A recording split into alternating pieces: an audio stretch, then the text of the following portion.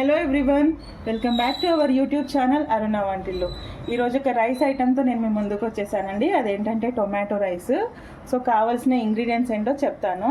Cook చేసుకున్న rice నేను ఒక 5 మెంబర్స్కి చేస్తున్నాను కాబట్టి కొంచెం రైస్ క్వాంటిటీ ఎక్కువ తీసుకున్నాను. ఇంకా చాప్ చేసి పెట్టుకున్న టొమాటోస్ ఒక 6-7 టొమాటోస్ తీసుకున్నాను. 2 ఉల్లిగడ్డలు తీసుకున్నానండి. ఇట్లా పొడవుగా స్లైసెస్ లాగా కట్ చేసుకోండి.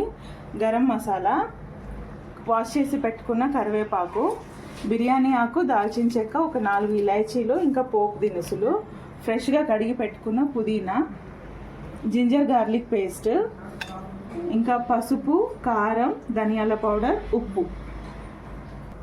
ముందు గ్యాస్ ఆన్ చేసుకుందామండి. గ్యాస్ ఆన్ చేసుకుని ఒక వెడల్పాటి ప్యాన్ పెట్టుకోండి. నేను ఎక్కువ క్వాంటిటీ చేస్తున్నాను కాబట్టి రైస్ మంచిగా కలవాలని కొంచెం పెద్ద ప్యానే తీసుకున్నాను. ప్యాన్ హీట్ ఎక్కింది కదా, ఆయిల్ పోసుకుందాము. ఆయిల్ కొంచెం ఎక్కువే పడుతుంది.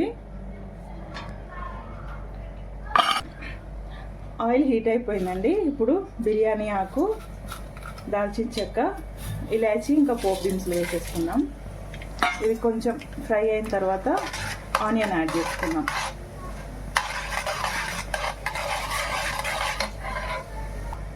పోపు దినుసులు వేగిపోయాయండి. ఆనియన్ వేసుకుంటున్నాను. అలాగే ఆనియన్తో పాటు కరివేపాకు కూడా వేసేసుకున్నాము.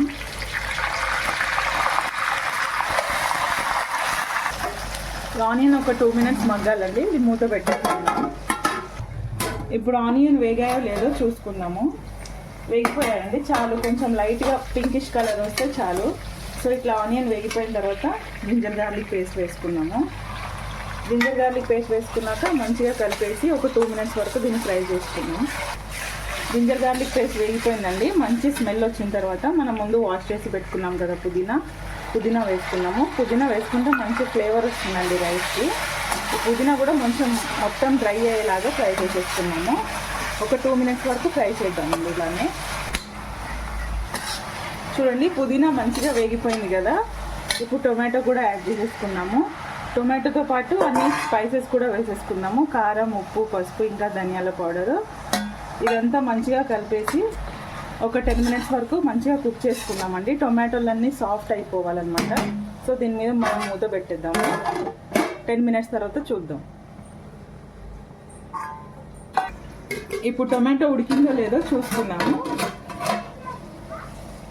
చూసారు కదా ఎంత కలర్ఫుల్గా ఉందో. ఒకసారి మొత్తం ఇలా మిక్స్ చేసేసుకున్నాము.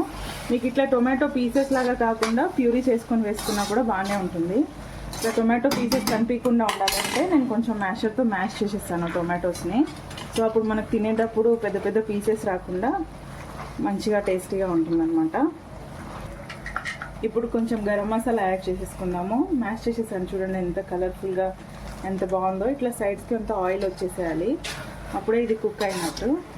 సో గరం మసాలా వేసేసుకొని మిక్స్ చేసుకొని ఒక 1 మినిట్ వరకు కుక్ అవ్వనిద్దాం. సో ఇప్పుడు అయిపోయిందండి. గరం మసాలా వేసి కూడా కుక్ చేసేసాము. ఇప్పుడు కంప్లీట్ అయిపోయినట్టే. ఇప్పుడు మనం ముందు కుక్ చేసి పెట్టుకున్న రైస్ని యాడ్ చేసేసుకుందాం. ఇప్పుడు మనం మంచిగా మిక్స్ చేసుకుందాము. టమాటో గ్రేవీ రైస్ అంతా కలిసేలాగా. సో మొత్తం కలిపేసానండి. చూడండి మన టమాటో రైస్ ఎంత కలర్ఫుల్గా, ఎంత బాగుందో. టేస్ట్ కూడా చాలా చాలా చాలా బాగుంటుందండి. నేను టొమాటో రైస్ కర్డ్తో తినొచ్చు, లేదంటే ఏదైనా వెజ్ ఫ్రైతో కూడా తినొచ్చు. నేనైతే టొమాటో రైస్ కాంబినేషన్కి ఇట్లా పొటాటో ఫ్రై చేసుకున్నాను డ్రైగా. చాలా బాగుంటుంది అనమాట 2 కలిపి తింటే. ఓకే, ఇది కుదిరితే మీ ఇంట్లో ట్రై చేయండి. చాలా బాగుంటుంది. పిల్లలకి, పెద్దలకి, అందరికీ నచ్చుతుంది. Thank you for watching my video అండి. Please like, share and subscribe Aruna's Vantillu. Bye అండి.